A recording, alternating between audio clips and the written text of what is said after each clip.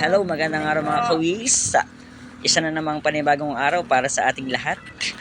Tunay nga namang napakahirap at hindi madali ang buhay ng isang paralisado na tulad natin. Ano? Kung nakikita nyo, ayan, dedikasyon, tiyaga ang kinakailangan upang umusad sa araw-araw ang mga katulad naming hindi nakakalakad.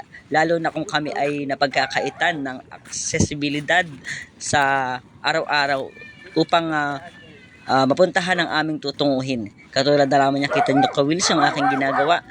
Ilang araw, linggo, buwan kung inaral ang pagpapaangat ng gulong o kaya ng pagwiwili upang mas mapadali ang ating pag-usad, lalo na kung ang dadaanan ay katulad niyang malubak, mabuhangin.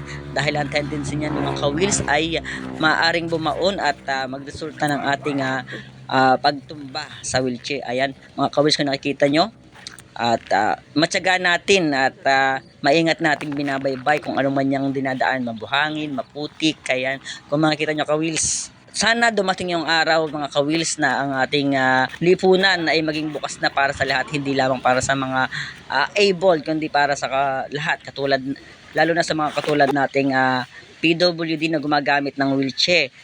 Isa sa pinaka main problem o na kinakaharap ng mga katulad ko ay ang accessibilidad na hanggang ngayon ay aming ipinaglalaban. Kaya mga kawilis, sa inyong suporta, sa simpleng pag-share ng ating mga video, malaking tulong yun para sa amin, sa aming sektor ng mga may kapansanan, dahil dito ipinapakita namin yung aming pagiging resilient, mga kawils. So ayan lamang mga kawils, at maraming salamat sa panonood. Ingat kayo, bye bye.